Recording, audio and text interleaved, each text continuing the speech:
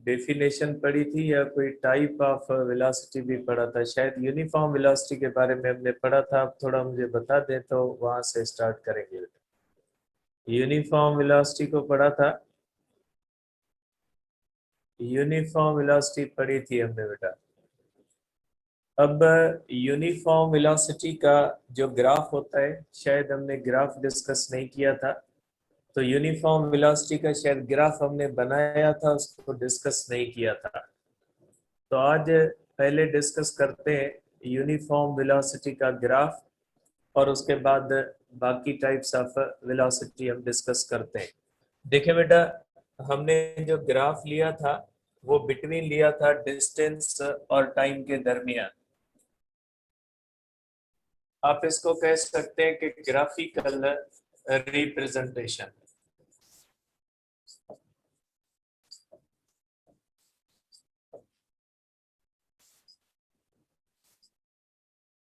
Of uniform velocity. अगर uniform velocity को करें बेटा, यूनिफॉर्म स्पीड का ग्राफ भी सेम ही होगा। और ग्राफ जो हम लेते हैं उसके बारे में हम कहते हैं ग्राफ के बारे में डिस्टेंस टाइम ग्राफ। क्योंकि ग्राफ के एक्सिस पे डिस्प्लेसमेंट शो नहीं होगा, वेक्टर शो नहीं होगा, वहां पे नंबर शो होगा। इसलिए नंबर सेंस के अंदर हम कहते हैं कि ये डिस्टेंस टाइम ग्राफ है। लेकिन एक्चुअली उसके अंदर मसला ये होता है कि हम इस चैप्टर के अंदर जो पढ़ रहे हैं वो लीनियर मोशन पढ़ रहे हैं। लीनियर मोशन का मकसद होता है ऐसी मोशन जो स्ट्रेट लाइन में हो। और आपको पता है स्ट्रेट लाइन के अंदर जो बॉडी मूव करती है उसका डिस्टेंस और डिस्प्लेसमेंट इक्वल होते हैं। जितना मैग्नीट्यूड डिस्टेंस का होता है उतना ही मैग्नीट्यूड डिस्प्लेसमेंट का होता है, लेकिन वो सिर्फ स्ट्रेट लीनियर मोशन के अंदर है। और इस चैप्टर के अंदर हम लीनियर मोशन पढ़ रहे हैं। आपको पता है लीनियर मोशन जो होती है वो एक ऐसी मोशन होती है जिसमें एक टाइम पे मूविंग बॉडी का सिर्फ एक एक्सिस चेंज होता है। अगर वो हॉरिजॉन्टली मूव कर रही है तो वो सिर्फ अलोंग हॉरिजॉन्टल डिस्प्लेसमेंट तय करेगी। अगर वर्टिकल मूव कर रही है तो ओनली अलोंग वर्टिकल डिस्प्लेसमेंट तय करेगी। तो इस चैप्टर के अंदर हम पढ़ रहे हैं हॉरिजॉन्टल लीनियर और वर्टिकल लीनियर मोशन। तो लीनियर मोशन के अंदर डिस्टेंस और डिस्प्लेसमेंट का मैग्नीट्यूड इक्वल होता है। तो इस सेंस में भी आप कह सकते हैं कि जब हम ग्राफ बनाएंगे तो उसके अंदर डिस्प्लेसमेंट शो नहीं किया जाता हमेशा। ग्राफ के अंदर, ग्राफ के अंदर जो होता है वो डिस्टेंस शो किया जाता है। ठीक है, तो डिस्टेंस टाइम ग्राफ जो होता है ये हमने कल बनाया था कि अगर कोई भी बॉडी यूनिफॉर्म वेलोसिटी से अगर मूव कर रही है तो उसका डिस्टेंस टाइम ग्राफ कैसे होगा। मैं इसको बनाता हूँ फिर उसको हम रीड करते हैं बेटा। सपोज करें एक बॉडी है जिसके बारे में हमने एक डेटा भी ली थी। अब एक मैं अलग से डेटा लेता हूँ फिर उसको ग्राफ के ऊपर शो करते हैं। इस तरह से सपोज करें बेटा एक बॉडी मूव कर रही है और वो यूनिफॉर्म वेलोसिटी से मूव कर रही है। यहाँ पे डिस्टेंस शो करते हैं, यहाँ पे टाइम शो करते हैं। सपोज करें डिस्टेंस 10 है, टाइम 1 है। डिस्टेंस यहाँ पे 20 है, टाइम 2 है। और डिस्टेंस 30 है, टाइम 3 है। इस तरह से मैंने डेटा लिए कि पहले सेकंड के अंदर डिस्टेंस 10 मीटर, दूसरे सेकंड के अंदर डिस्टेंस 20 मीटर, तीसरे सेकंड के अंदर डिस्टेंस 30 मीटर है, डिस्प्लेसमेंट सॉरी। अब अगर इसको हम ग्राफ के ऊपर शो करें तो मैंने आपको कल भी कहा था कि बेटा हम इस तरह से एक एक्स एक्सिस लेंगे और एक हम लेंगे वाई एक्सिस। सपोज करें ये हमारे पास बने एक्स एक्सिस और ये हमारे पास बने वाई एक्सिस। एक्स एक्सिस पे हम टाइम शो करते हैं और वाई एक्सिस पे हम डिस्टेंस शो करते हैं। एक्स एक्सिस पे टाइम शो क्यों करते हैं, वाई एक्सिस पे डिस्टेंस क्यों शो करते हैं, इसके रूल्स होते हैं। लेकिन आपके पास नहीं है तो रूल्स में डिस्कस नहीं कर रहा। क्योंकि जब ग्राफ बनाया जाता है तो उसके अंदर दो चीजें होती है। जैसे यहाँ पे हम ग्राफ बना रहे हैं तो एक डिस्टेंस होता है, एक टाइम होता है, एक डिपेंडेंट वेरिएबल होता है, दूसरा इंडिपेंडेंट वेरिएबल होता है। तो उस हिसाब से हम एक्सेस लेते हैं। तो ये चीजें आपके पास नहीं है इसलिए मैं इसको डिस्कस नहीं कर रहा। तो सपोज करें यहाँ पे हम लेते हैं डिस्टेंस और यहाँ पे उसके नीचे अगर एम लिखा हुआ है तो means distance will be measured in metre. और अगर यहाँ पे t लिखा हुआ है और t के आगे s लिखा हुआ है, इसका मकसद है time will be measured in second. ठीक है, अब आप टाइम के एक्सेस बनाओ। ये आप 1 आपने लिया, ठीक है, ये हो गया 1, ये हो गया 2, इक्वल इक्वल बनाने हैं बेटा, ये हो गया 3। ठीक है, और यहाँ पे 1 के साथ 10, लेकिन उसका भी इक्वल इक्वल लेंगे आप, ये हो जाएगा बेटा 10। ठीक है, ये हो जाएगा हमारे पास 20, ये हो जाएगा हमारे पास 30। ठीक है, कल मैंने आपको सिखाया था कि जब आप ग्राफ बनाओगे तो उसके लिए ये करोगे, इस लाइन को आप इस तरह से बढ़ाओगे, इस लाइन को आप इस तरह से बढ़ाओगे, इस लाइन को आप इस तरह से बढ़ाओगे, और इस लाइन को आप इस तरह से बढ़ाओगे और एक लाइन बनाओगे। ये लाइन आपकी बन जाएगी स्ट्रेट लाइन। अगर आप इसकी लाइन बनाओगे तो ये लाइन आपकी बनेगी स्ट्रेट लाइन। तो इसका मतलब ये हुआ कि बेटा इन जहां पे ये एक दूसरे को इंटरसेक्ट करेंगी ना, उन पॉइंट्स को आपस में मिलाएंगे। और अगर लाइन स्टार्ट करती है यहाँ पे, इसका मकसद है बॉडी स्टार्ट्स फ्रॉम रेस्ट। ठीक है, अगर हम यहाँ से करते हैं तो इसका मकसद है बॉडी जो होती है वो कहाँ से स्टार्ट करती है, रेस्ट से स्टार्ट करती है। ठीक है, अब ये हो गया हमारे पास जो है वो ग्राफ बन गया यूनिफॉर्म वेलोसिटी का। अब इस ग्राफ के अंदर दो चीजें होती है बेटा, एक होता है ग्राफ का स्लोप और दूसरा होता है एरिया अंडर कर्व। स्लोप का मकसद क्या होता है बेटा, स्लोप का मकसद ये होता है, स्लोप का मकसद होता है कि उसका जो इस तरह से इंक्लाइनेशन होती है बेटा, इस तरह से एक्स एक्सिस के साथ उसकी जो एंगल होती है ना, उसको स्लोप कहा जाता है। सपोज करें एक मैंने ग्रीन लाइन बनाई है, ये ग्रीन लाइन भी किसकी है, ये भी यूनिफॉर्म वेलोसिटी की है। ठीक है, अब आप कह लें कि ये कार 1 का ग्राफ है, कार 1 का हमने मोशन का ग्राफ बनाया, ये ग्राफ इस तरह से बना। ठीक है, एक और कार है जिसका हम ग्राफ बनाते हैं, ये कार 2 का ग्राफ बना है बेटा। ठीक है, और ये आप कह लें कि ये कार 3 का ग्राफ हमने बनाया। 3 कार्स मूव कर रही है बेटा, उनका हमने इस तरह से ग्राफ बनाया है, डिस्टेंस और टाइम का। अगर आप देखोगे तो तीनों कार्स का जो ग्राफ है वो स्ट्रेट लाइन है। स्ट्रेट लाइन का मकसद है तीनों जो कारें हैं वो यूनिफॉर्म वेलोसिटी से मूव कर रही है। अब यूनिफॉर्म वेलोसिटी से तो मूव कर रही है, लेकिन क्या उनकी यूनिफॉर्म वेलोसिटीज में फर्क है या नहीं है। अगर आप देखोगे तो बेटा ग्रीन लाइन को अगर देखोगे तो ग्रीन की थीटा जो होती है वो थीटा 1 बनती है। अगर आप इस कलर को देखते हो तो इसकी थीटा 2 बनती है। ठीक है, अगर आप इस कलर को देखते हो तो इसकी थीटा 3 बनती है। तीन कलर्स की तीन जो है वो थीटा बनती है। अब अगर आप इसको अरेंज करोगे तो थीटा 1 जो होती है वो लेस देन होती है थीटा 2 से, और थीटा 2 जो होती है वो लेस देन थीटा 3 होती है। तो बेटा ये जो एंगल होती है ना, एंगल, ये एंगल आपको कहती है कि ये इसका स्लोप है। अगर आप देखोगे ग्रीन कलर का स्लोप जो होता है वो कम है एज कंपेयर टू द जो है वो second line, as compared to the third line. First line का स्लोप कम है as compared to the second line, second line का कम होता है as compared to the third line. ठीक है, ये थीटा जो होती है ये स्लोप को जाहिर करती है। जैसे ये पेन है ना बेटा, अगर आप पेन देखोगे तो ये हॉरिजॉन्टल के साथ 0 मींस इसका स्लोप 0 है। जैसे जैसे ये पेन ऊपर की तरफ होती जाएगी बेटा, ये पेन ऊपर होती जाएगी, इसका स्लोप बढ़ता जाएगा। जब पेन यहाँ पे आ जाएगी तो इसका स्लोप 90। स्लोप का मकसद है angle with respect to the जो है वो एक्स एक्सिस। ठीक है, तो अगर आप देखते हो तो ग्रीन जो है वो कलर होता है उसका स्लोप कम होता है, उससे सेकंड जो कलर पिंक है उसका ज्यादा होता है, उससे रेड का और ज्यादा होता है। इस तरह से इसको स्लोप कहा जाता है। तो यहाँ पे आप ये तीनों कारों के बारे में कहोगे कि ये यूनिफॉर्म वेलोसिटी से मूव कर रही है, लेकिन तीनों के ग्राफ्स का जो स्लोप है वो डिफरेंट है। अब स्लोप की इंपॉर्टेंस क्या है, कि स्लोप की इंपॉर्टेंस इतनी क्या है, स्लोप से हमें क्या पता लगता है। देखें बेटा, अब स्लोप होता क्या है पहले ये देख लें कि देखिए बेटा स्लोप तो मैंने आपको बता दिया कि स्लोप, अब यहाँ पे डिस्टेंस है, यहाँ पे टाइम है। सपोज करें डिस्टेंस 10 है, डिस्टेंस 20 है, डिस्टेंस 30 है, टाइम 1 है, टाइम 2 है, टाइम 3 है। अगर आप देखोगे इसका स्लोप ये हो गया। अब ये स्लोप मीन्स थीटा।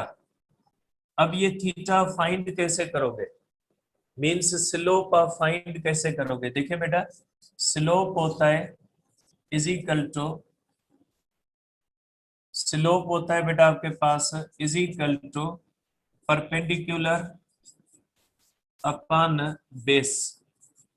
किसके बराबर होता है बेटा? Perpendicular upon base. ठीक है।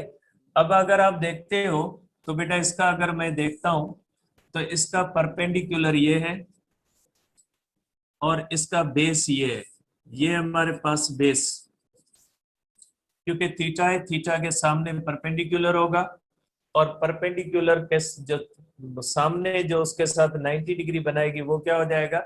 बेस हो जाएगा, according to the rules of trigonometry. ये आपको पता है कि थीटा के सामने जब राइट एंगल ट्रायंगल बनता है तो थीटा के सामने जो एंगल बनेगी वो परपेंडिकुलर बनेगी और उसकी साइड में जो उसके साथ 90 बनाएगी वो बेस होगी। अगर हम देखते हैं तो परपेंडिकुलर ये बेटा, परपेंडिकुलर बेटा बिल्कुल इस तरह से, perpendicular is equal to displacement और base is equal to time. क्योंकि ये देखिए बेस टाइम शो कर रहा है और परपेंडिकुलर किसको शो कर रहा है? डिस्प्लेसमेंट को। Therefore perpendicular is equal to S और अपॉन टी। तो ये किसको जाहिर कर रहा है? स्लोप तो जाहिर कर रहा है डिस्टेंस अपॉन टाइम को, सॉरी डिस्प्लेसमेंट अपॉन टाइम को। इसका मकसद है स्लोप किसको जाहिर करता है? स्लोप ग्राफ का तो स्लोप होता है परपेंडिकुलर अपॉन बेस। तो स्लोप जो होता है, अगर परपेंडिकुलर बड़ा होगा टाइम छोटा होगा तो स्लोप बड़ा होगा। स्लोप बड़ा होने का मकसद है एंगल बड़ी। ग्रीन से इस पिंक का स्लोप बड़ा है, पिंक से जो है वो रेड का स्लोप बड़ा है। जितनी एंगल बढ़ती जाएगी स्लोप बढ़ता जाएगा, क्योंकि स्लोप आता है एस अपॉन टी से। अगर आप देखते हैं तो ग्रीन कलर का एस छोटा है, ठीक है, और इस कलर का जो है हमारे पास एस बड़ा है और इस कलर का रेड का एस उससे बड़ा है। जैसे जैसे हम ऊपर जाएंगे तो एस बढ़ता जाएगा, टाइम कम होता जाएगा। ग्रीन का आप टाइम देखें, ग्रीन का टाइम सबसे ज्यादा है और डिस्टेंस कम है, तो स्लोप, डिस्टेंस कम है टाइम ज्यादा होगा तो स्लोप क्या हो जाएगा? ग्रीन का कम आएगा, क्योंकि स्लोप होता है एस अपॉन टी। अगर एस छोटा है और टाइम बड़ा है तो आप इतनी तो मैथमेटिक्स आपको आती होगी कि इसका स्लोप ग्रीन का सबसे छोटा है, जबकि उसके बाद इसका स्लोप बड़ा है, उसके बाद इसका स्लोप बड़ा है। मीन्स जैसे जैसे एंगल बढ़ती जाएगी इस बढ़ता जाएगा, टाइम क्या होता जाएगा? कम होता जाएगा। तो ये चीज हमें बताती है कि स्लोप जो होता है, एंगल बढ़ने से स्लोप जो होता है वो बढ़ता है। ठीक है। अब स्लोप किसको जाहिर करता है? स्लोप जाहिर करता है वेलोसिटी को। इसका मतलब ये हुआ कि ग्रीन कलर की वेलोसिटी सबसे कम है, उसके बाद इसकी ज्यादा है, उसके बाद इसकी, मीन्स रेड कलर की स्पीड वेलोसिटी सबसे ज्यादा है। ठीक है। तो आप कहोगे कि जो है वो v3 greater than v2 greater than v1, क्योंकि अगर हम देखते हैं तो स्लोप जो होता है इसका स्लोप ज्यादा है, इसका उसके उससे कम है, उसका स्लोप उससे कम है। तो स्लोप की डिस्प्लेसमेंट टाइम ग्राफ के अंदर, डिस्टेंस टाइम ग्राफ के अंदर जो स्लोप होता है ना लाइन का, ये लाइन का जो स्लोप होता है, ये लाइन का स्लोप किसको जाहिर करता है? ये लाइन का स्लोप जो होता है ये जाहिर करता है उस बॉडी के वेलोसिटी। ठीक है। अब अगर यहां से देखते हैं तो इस ग्राफ के अंदर एक और इंटरेस्टिंग चीज है कि इस ग्राफ की अगर टेन थीटा देखेंगे तो टेन थीटा भी होती है परपेंडिकुलर अपॉन बेस और ये भी होती है S upon two. Means tan theta also किसको रिप्रेजेंट करती है? वेलोसिटी को रिप्रेजेंट करती है। तो अगर कोई भी हमारे पास इस तरह से डिस्टेंस टाइम ग्राफ है, उसका अगर आपने उसकी वेलोसिटी फाइंड करनी है तो आपने क्या करना है, उसकी एंगल थीटा लेनी है, या आपने उसका क्या करना है, उसका आपने जो है वो स्लोप लेना है। अगर आप स्लोप लोगे तो क्या हो जाएगा, आपको उस बॉडी की वेलोसिटी मिल जाएगी। तो आप क्या कहोगे कि जो यूनिफॉर्म वेलोसिटी होती है, यूनिफॉर्म वेलोसिटी का ग्राफ जो होता है, वो ग्राफ जो होता है उसका जो स्लोप होगा, वो स्लोप किसको रिप्रेजेंट करेगा, वो स्लोप रिप्रेजेंट करेगा वेलोसिटी को। तो आप ग्राफ से वेलोसिटी कैसे कैलकुलेट करोगे, तो जिस ग्राफ से आपको वेलोसिटी कैलकुलेट करनी है उस ग्राफ का आपको स्लोप निकालना है।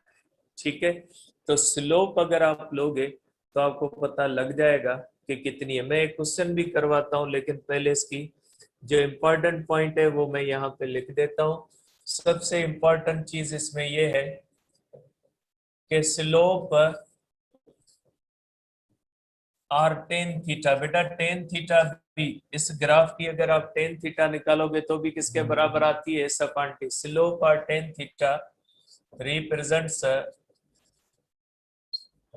represents velocity tan theta of distance time graph। बेटा डिस्टेंस टाइम ग्राफ या डिस्टेंस टाइम कर्व भी जनरल लैंग्वेज में बेस में कर्व कहा जाता है, रिप्रेजेंट्स वेलोसिटी। ये वेलोसिटी को रिप्रेजेंट करता है, या आप ये भी कह सकते हैं कि velocity can be represented by the slope और टेन थीटा। ठीक है, ऑफ डिस्टेंस टाइम ग्राफ। तो आप इसको इस तरह से कह सकते हैं कि स्लोप से आप वेलोसिटी या डिस्टेंस निकाल सकते हैं। और जिस कंपैरिजन अगर करें कि अगर आपको तीन बॉडीज की मोशन दी जाती है तो उसमें से अगर आपको कहा जाए किसकी वेलोसिटी ज्यादा है, तो आप कहोगे उसकी वेलोसिटी ज्यादा है जिसका स्लोप ज्यादा है। और स्लोप उस चीज का ज्यादा होगा जिसकी थीटा ज्यादा होगी, क्योंकि slope is equal to S upon T. जितनी थीटा बड़ी होगी, एस बड़ा होगा, तो उसका स्लोप जो होगा वो ज्यादा होगा। तो आप कह सकते हैं कि अगर कंपैरिजन करें आप तीनों चीजों की, तो कंपैरिजन के अंदर जो होता है वो आपको थीटा देखनी होती है, स्लोप देखना होता है।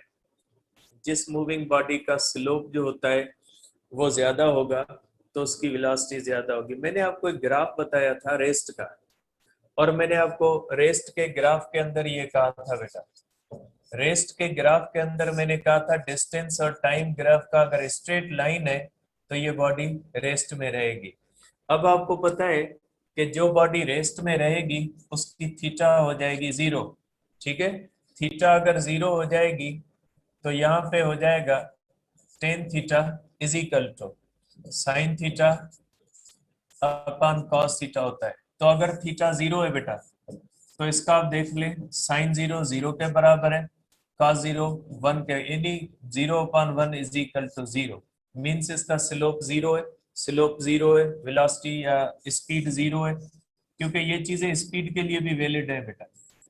ये सिर्फ चीज जो मैंने ग्राफ बनाया ना, ये आप ये नहीं समझे कि ये ग्राफ सिर्फ वेलोसिटी यूनिफॉर्म का है।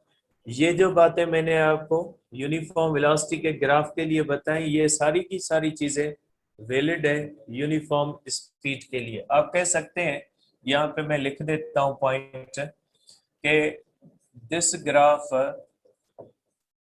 Can interpret uniform speed.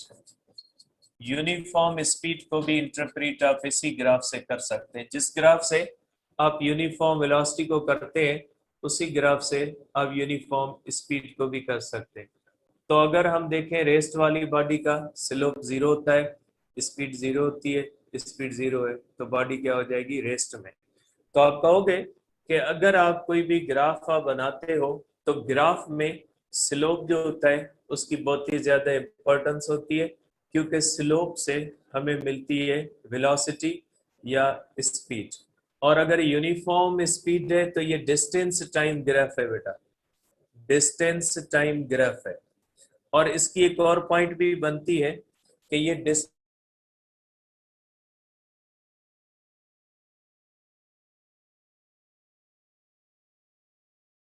जितना ये क्लोज होती जाएगी डिस्टेंस एक्सिस के, उसकी वेलोसिटी ज्यादा होगी। देखिए ग्रीन कलर की लाइन टाइम एक्सिस के करीब है तो इसका स्लोप कम है और वेलोसिटी कम है। पिंक कलर की उससे थोड़ा दूर है, थोड़ा दूर है तो ग्रीन के हिसाब से ये टाइम एक्सिस से दूर है तो इसकी वेलोसिटी ज्यादा होगी। और रेड कलर है, रेड कलर सबसे ज्यादा दूर है टाइम एक्सिस से। तो आप यहां से भी देखने से भी आपको पता लग जाएगा कि जो ग्राफ जितना ज्यादा क्लोज हो जाएगा टाइम एक्सिस के और जितना ज्यादा दूर हो जाएगा डिस्टेंस एक्सिस से, उसकी वेलोसिटी या स्पीड कम होगी।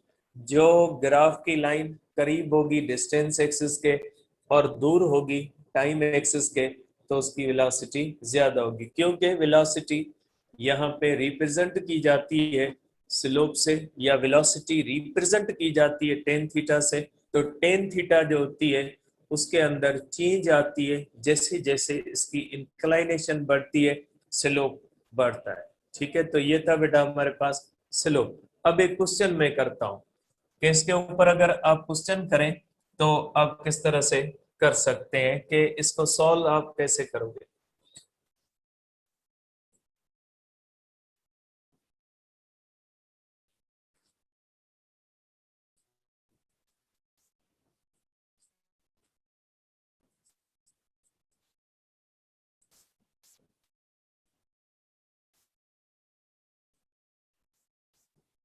ठीक है, गिवन कर्व है उसमें से आप वेलोसिटी फाइंड करें। सपोज करें आपको इस तरह से दिया जाता है, आपको एक ग्राफ दिया जाता है बेटा इस तरह से, ये आपके पास डिस्टेंस और टाइम का ग्राफ है बेटा।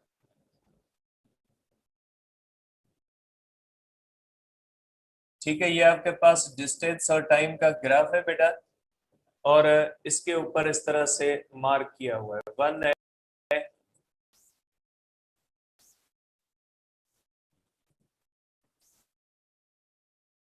ठीक है, ये डिस्टेंस है और ये मीटर्स के अंदर दिया हुआ है, और यहाँ पे ये टाइम है, ये सेकंड के अंदर दिया हुआ है सेम।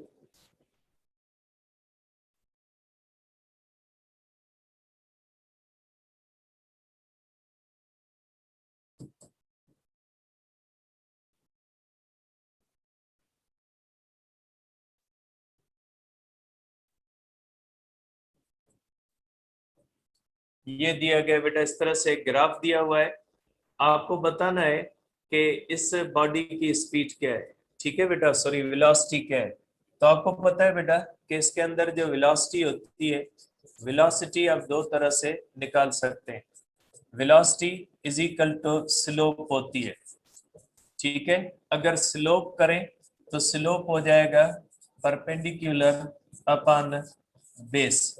अब परपेंडिकुलर अपॉन बेस के लिए पहले आपको इसको ट्राइंगल में कन्वर्ट करना पड़ेगा। ट्राइंगल में कैसे, इस तरह से आप सीधी लाइन इस तरह से ले आओगे, सीधी लाइन आप इस तरह से ले आओगे, और सीधी लाइन आप इस तरह से ले आओगे।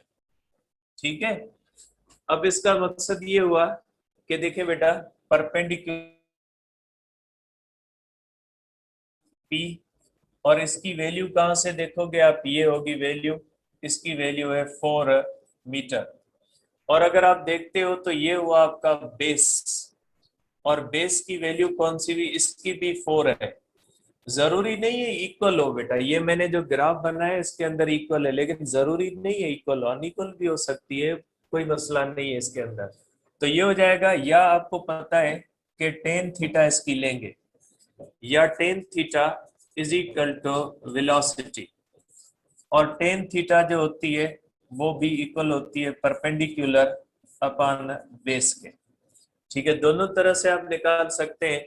अब स्लोप ले लें या टेन थीटा ले लें, आंसर सेम आएगा। Slope is equal to perpendicular, perpendicular upon base. देखें बेटा परपेंडिकुलर होता है 4 और बेस होता है 4, इज इक्वल टू हो जाएगा 1 मीटर पर सेकंड। और ये किसके बराबर है बेटा, ये बराबर है वेलोसिटी के। मीन्स इस बॉडी की वेलोसिटी जो है वो कितनी है, 1 मीटर पर सेकंड है।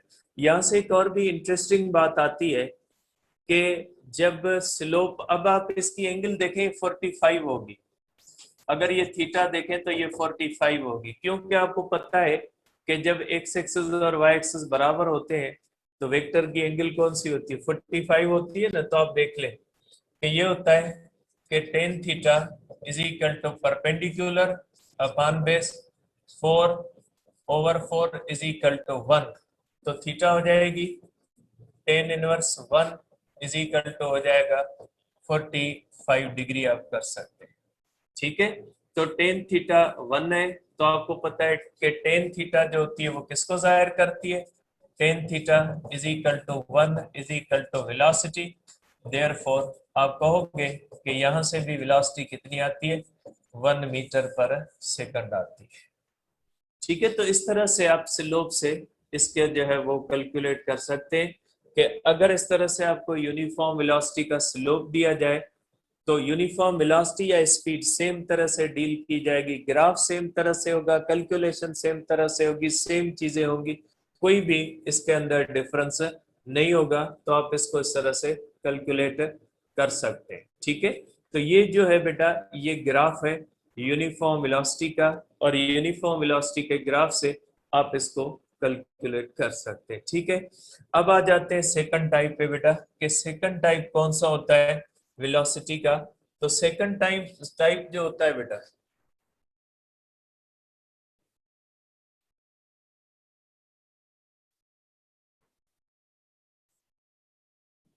ये बाद में बताता हूँ। एक इसके अंदर चीज है नेगेटिव वेलोसिटी की, तो अभी यहाँ पे कंफ्यूज हो गए, मैं सिंपली टाइप्स आपको बता दूं फिर लास्ट में बताता हूँ। ठीक है, अब आप कर लें non uniform velocity.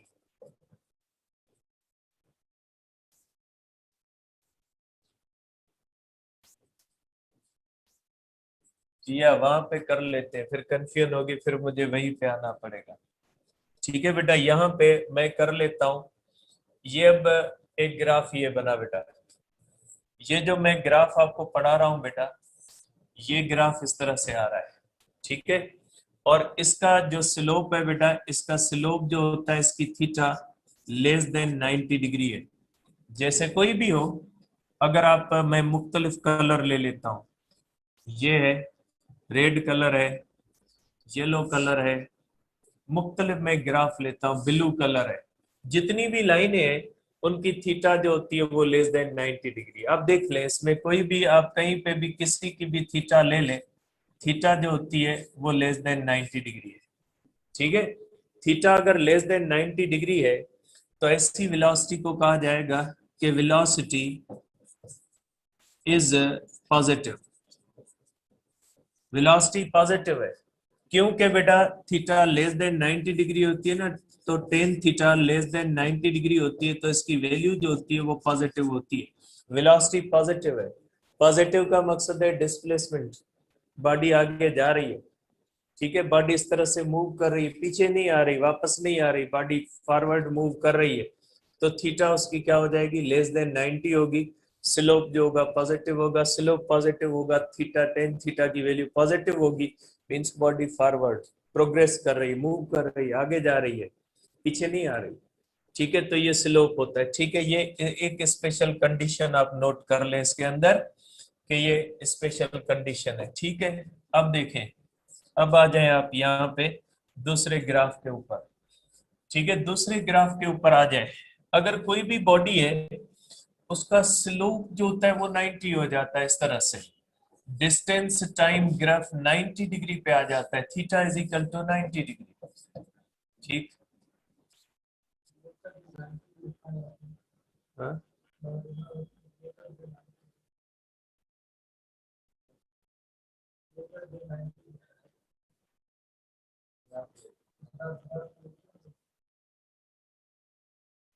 Theta less than 90 लिखियो है,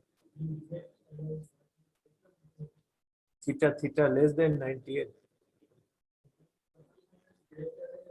ग्रेटर वारो ॿुधायां थो, केस ॿुधायां पियो न, लेस देन 90 ॿुधायो, 90 ॿुधायां थो, ग्रेटर वारो केस ॿुधायां थो, उहो ई ग्रेटर वारो ई ॿुधाइणो, उनजे करे हितां खां बेसिक खां शुरू कयो।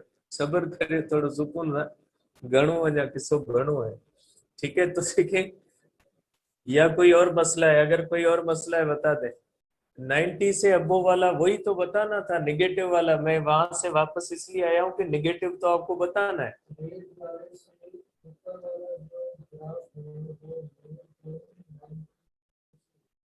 बेटा देखें, ये सारी एंगल्स जो होती है, अगर आप यहाँ पे देखोगे तो ये 90 है। अब ये सारे जो है वो 90 से छोटे बने हुए ना, ये देखें। अगर आप इसकी ये देखें, ये एंगल 90 से छोटी है, ये 90 से, ये सब एंगल 90 से छोटी है ना। रेड 45 से बड़ी है। आप शायद यहाँ पे कंफ्यूज हो रहे बेटा। ये येलो या ब्लू लाइन 45 से बड़ी है, 90 से तो छोटी है। 90 से तो बड़ी मुझे नहीं लग रही।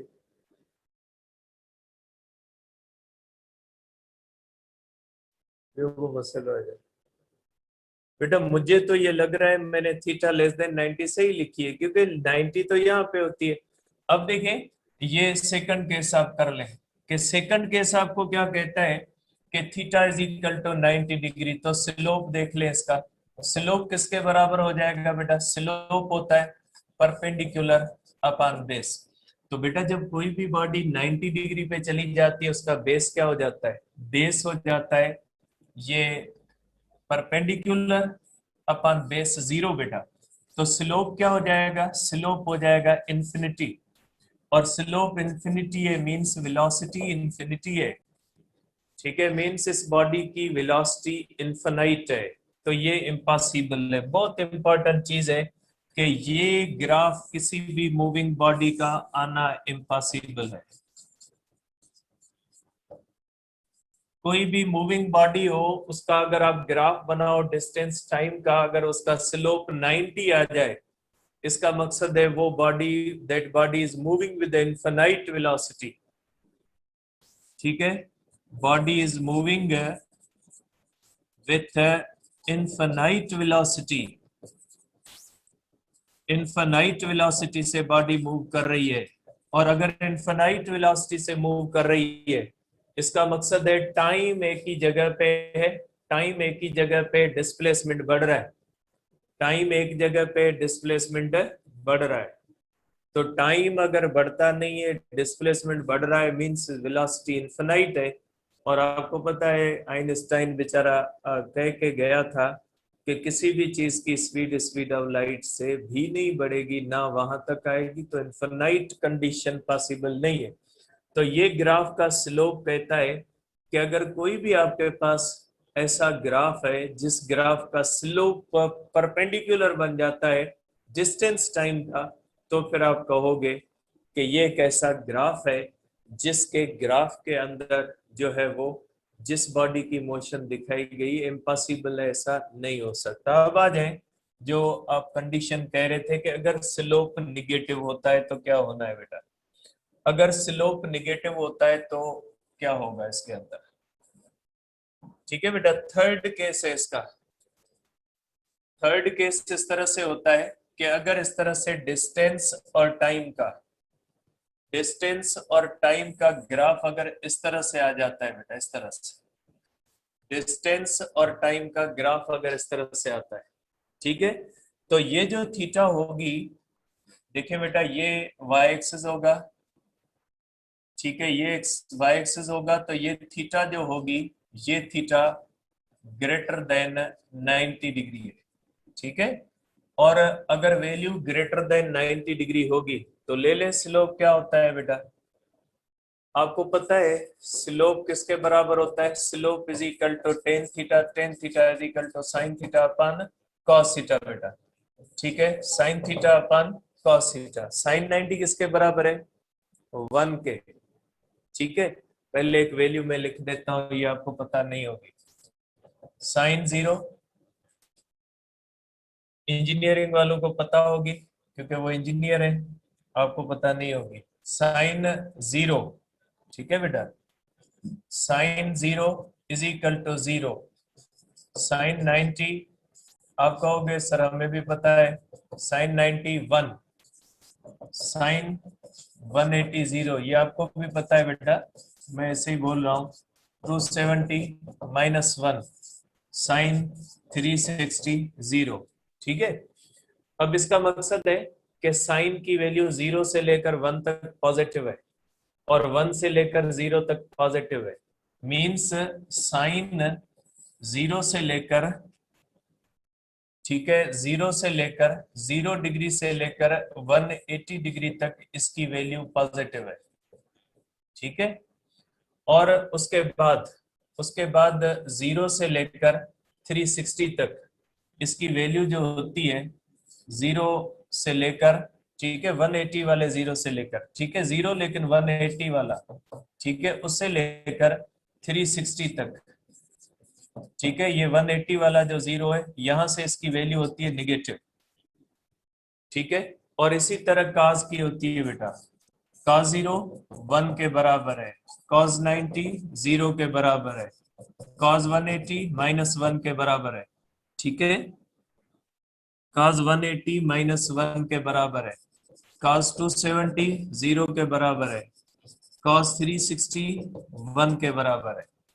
तो इसका मकसद है कि देखिए cos जो होती है वो 0 से लेकर 90 तक वैल्यू पॉजिटिव होती है, 90 से लेकर 270 तक निगेटिव होती है, 270 से लेकर 360 तक पॉजिटिव होती है। क्रॉस की वैल्यू ग्राफ के उसके कैलकुलेटर के अंदर करके देखिएगा या ग्राफ के अंदर देखिएगा, ये वैल्यूज आपको माइंड में होनी चाहिए ग्राफ को पढ़ने से पहले। अब आ जाए आप यहाँ पे कि यहाँ पे थीटा जो होती है बेटा ग्रेटर देन 90 डिग्री है।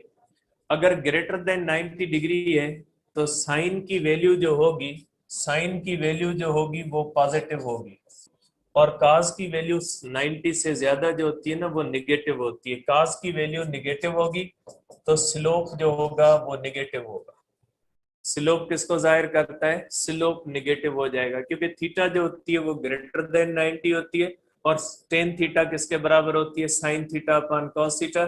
साइन 90 से बड़ी जो होती है साइन की वैल्यू पॉजिटिव होती है, जबकि कॉस की वैल्यू जो होती है वो निगेटिव होती है। कॉस की वैल्यू अगर निगेटिव होगी तो पॉजिटिव अपॉन निगेटिव, तो रिजल्टेंट वैल्यू कौन सी आ जाएगी, निगेटिव आ जाएगी। मींस स्लोप ग्रेटर देन, अगर ग्राफ 90 है तो स्लोप निगेटिव है। निगेटिव वेलोसिटी का मकसद क्या होता है, बॉडी वापस आ रही है। ठीक है, जब कोई भी बॉडी जाती है तो उसका स्लोप लेस देन 90 पॉजिटिव बनता है। जब बॉडी वापस ओरिजिनल पोजीशन पे वापस लौट रही होती है ना तो उसके अंदर वेलोसिटी निगेटिव, मींस वापसी है। ठीक है, तो स्लोप जो होता है वो ग्रेटर देन 90 के लिए निगेटिव होता है। ठीक है, तो ये बातें अगर आपके माइंड में होंगी तो आप इस जो है वो बता देता हूं कि काज 0 से लेकर 90 तक, cause 10 degree, 20 degree, 30 degree, 40, 50, 60, 70, 80 up to 90 degree positive value है। साइन की 0 से लेकर 180 तक पॉजिटिव वैल्यू है। साइन 10 है, साइन 80 है, साइन 90 है, साइन 110 है, साइन 130 है, साइन 160 है, उसकी वैल्यू क्या होती है, पॉजिटिव होती है। ठीक है, और अगर काज की देखें तो काज की वैल्यू 90 से बढ़ेगी, 100 है, 110 है, निगेटिव में चली जाएंगी, अप टू 270 तक निगेटिव चली जाएंगी।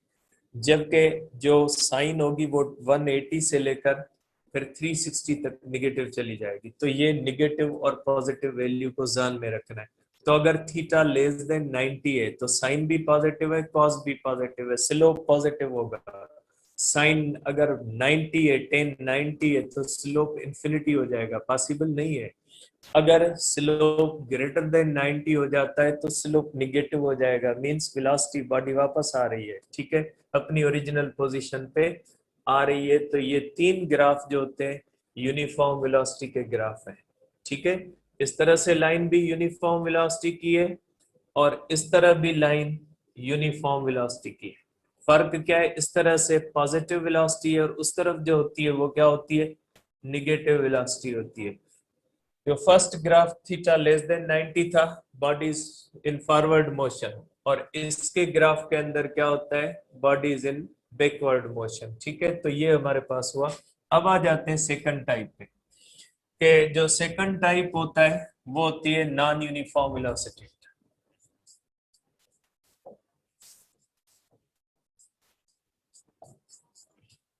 Non uniform velocity. Non uniform velocity का मकसद क्या होता है? सिंपल सी डेफिनेशन है, आपको पता है बेटा। अब इसके अंदर दो केस होते हैं। नॉन यूनिफॉर्म वेलोसिटी में दो केस है बेटा फर्दर। एक होता है increasing, increasing velocity, increasing velocity बेटा। अगर वेलोसिटी इंक्रीज हो रही है, अब पहले मैं इसकी डेफिनेशन आगे लिख सकता हूं, लिख लेता हूं। Body covers unequal displacement in equal intervals of time। ठीक है, तो ये नॉन यूनिफॉर्म वेलोसिटी है। ठीक है, और इसका आप कर सकते हैं, एक इसकी टाइप है इंक्रीजिंग वेलोसिटी।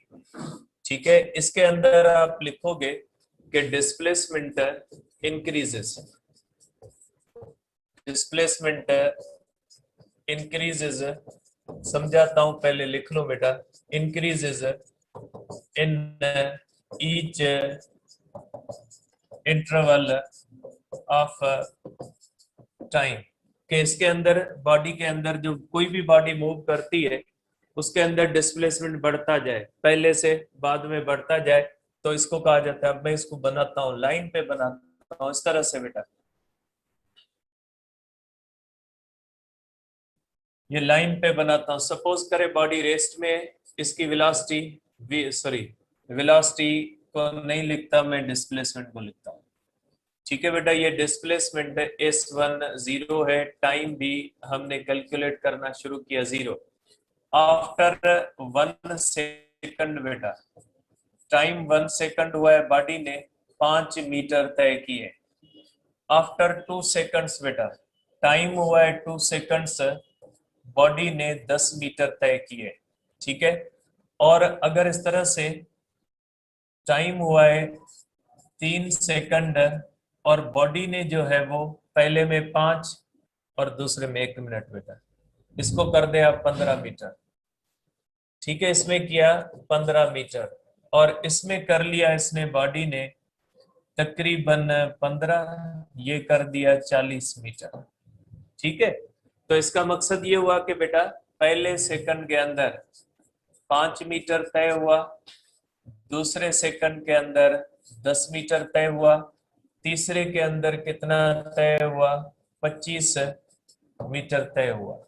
तो इस तरह से जब बॉडी हर इक्वल सेकंड में ज्यादा से ज्यादा डिस्टेंस तय करती जाए, उसकी स्पीड बढ़ती जाए, तो उसको क्या कहा जाता है?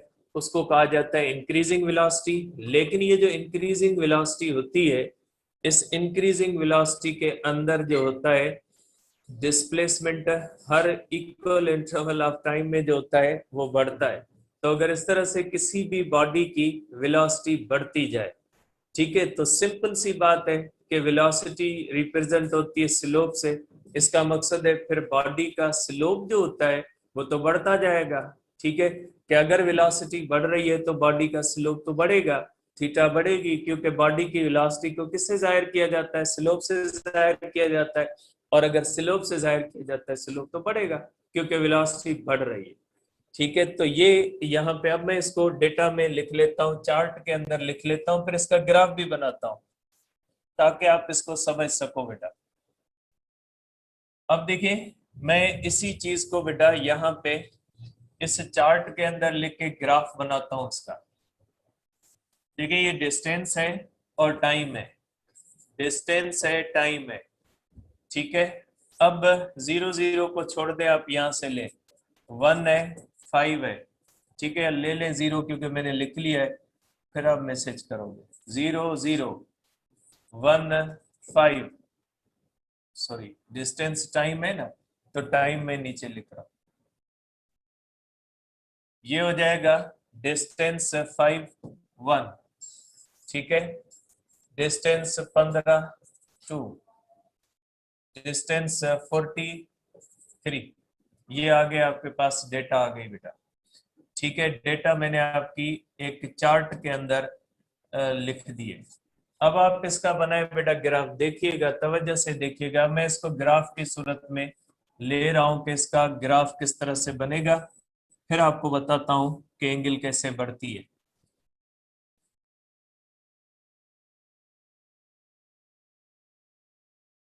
अब देखिए बेटा इस तरह से मैंने ले लिया, ठीक है।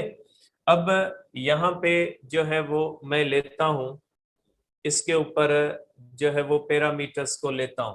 सपोज करें ये 1 है, ये 2 है, ये 3 सेकंड है, क्योंकि ये टाइम एक्सेस है बेटा, कंटिन्यूसली हम ले रहे हैं। और यहाँ पे क्या हो जाएगा, ये हो जाएगा, देखें अब यहाँ पे 5, 15, 40 वैल्यूज हैं, तो ये 5, 15, 40 नहीं रखेंगे, इक्वल इंटरवल रखेंगे। सपोज करें ये 5 है तो ये 10 होगा, ये हो जाएगा 15, इस तरह से ग्राफ के ऊपर रखेंगे 15, क्योंकि इक्वल इक्वल रखना है। 20, 25, 30, 35, 40, इस तरह से रखोगे। ऐसा नहीं कि आप 5, 15, 40 रख दो, नहीं, इक्वल इक्वल इंटरवल पे रखना है आपने, ठीक है।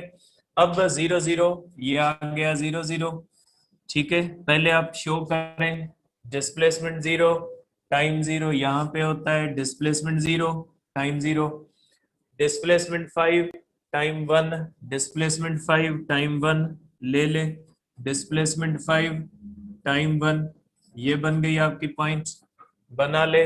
डिस्प्लेसमेंट 15, टाइम 2, डिस्प्लेसमेंट 15, टाइम हो गया हमारा 2, ये हो गया टाइम, ये हो गया डिस्प्लेसमेंट, ठीक है। और 4, 40, और 3, ये हो गया, 3 की लाइन को ऊपर ले जाए, 3 की लाइन ऊपर गई, ये 40, ठीक है। आप लिख सकते हैं 340, आप लिख सकते हैं यहाँ पे 215, ठीक है। यहाँ पे आप लिख सकते हैं 15, लेकिन ध्यान में रखिएगा 5, 1 नहीं लिखेंगे, क्योंकि x को पहले लिखना है, पहले 1 लिखेंगे और y को बाद में लिखेंगे। ऐसे नहीं कि आप कर लो 5, 1 कर लो, 5, 1 नहीं होगा, ऑर्डर पेयर है। और यहाँ पे ये होगा 2, 15, 15, 2 नहीं होगा, ठीक है। इस तरह भी लिख सकते हैं। इसको मैं वापस कर देता हूँ, क्योंकि फिर आप मसला करोगे, ठीक है। अब आ जाए आप इसकी लाइन बनाए। अब अगर इसकी लाइन को मैं जोड़ूंगा तो देखें ये लाइन इस तरह से कर्व लेके एक दूसरे से जुड़ रही है, क्योंकि हमें पॉइंट्स को जोड़ना है।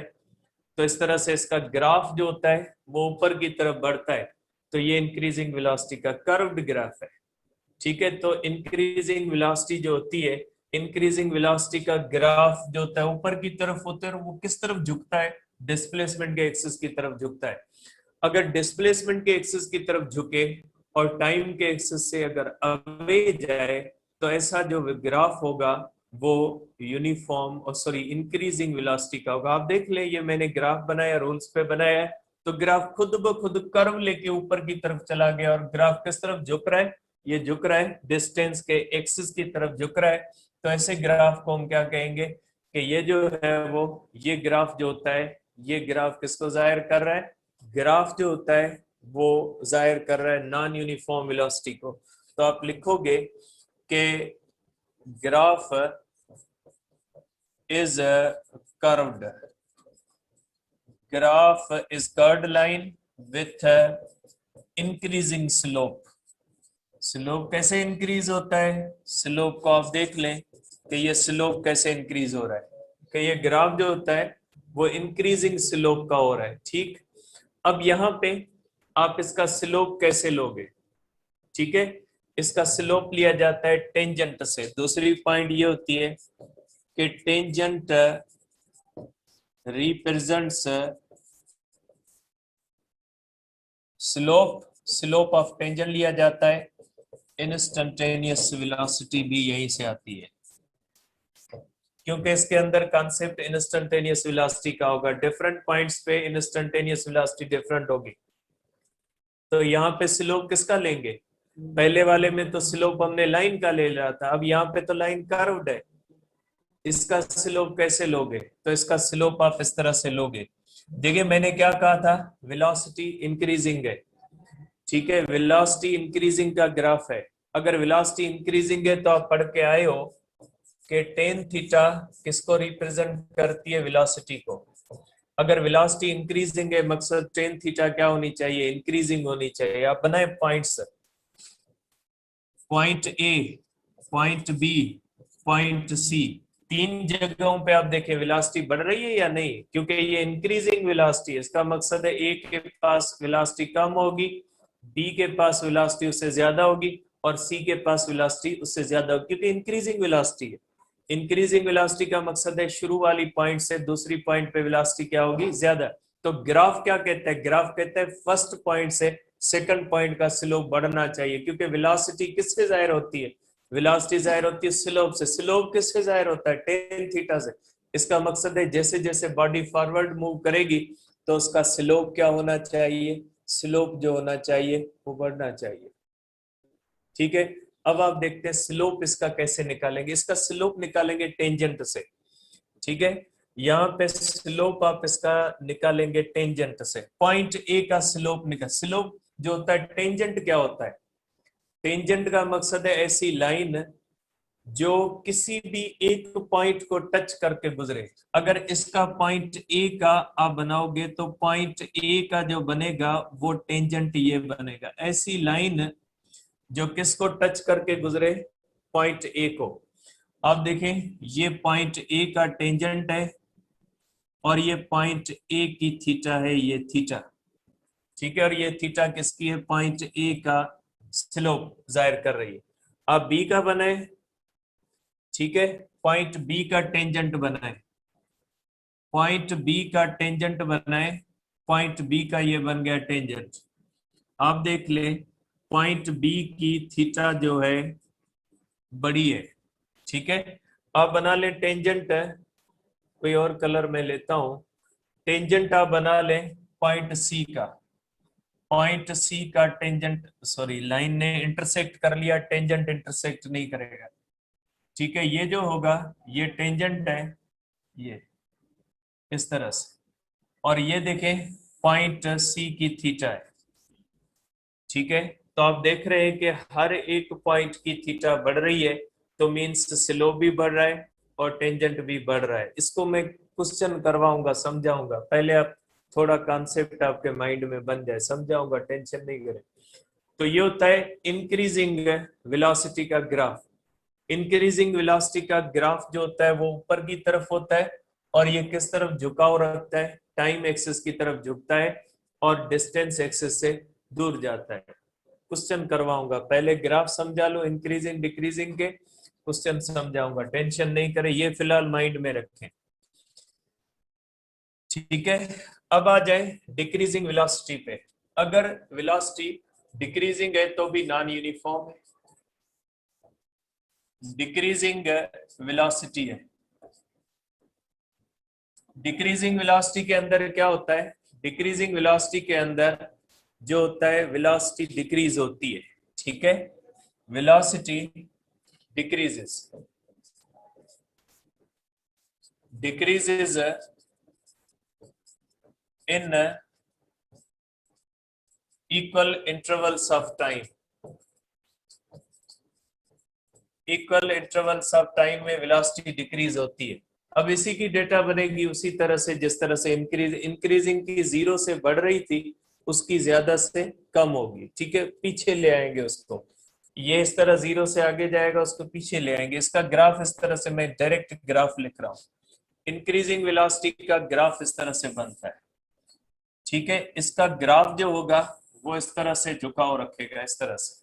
ये हमारे पास है डिस्टेंस और टाइम, नीचे की तरफ इस तरफ वो झुकाव किस तरफ रख रहा है, टाइम एक्सिस की तरफ रख रहा है।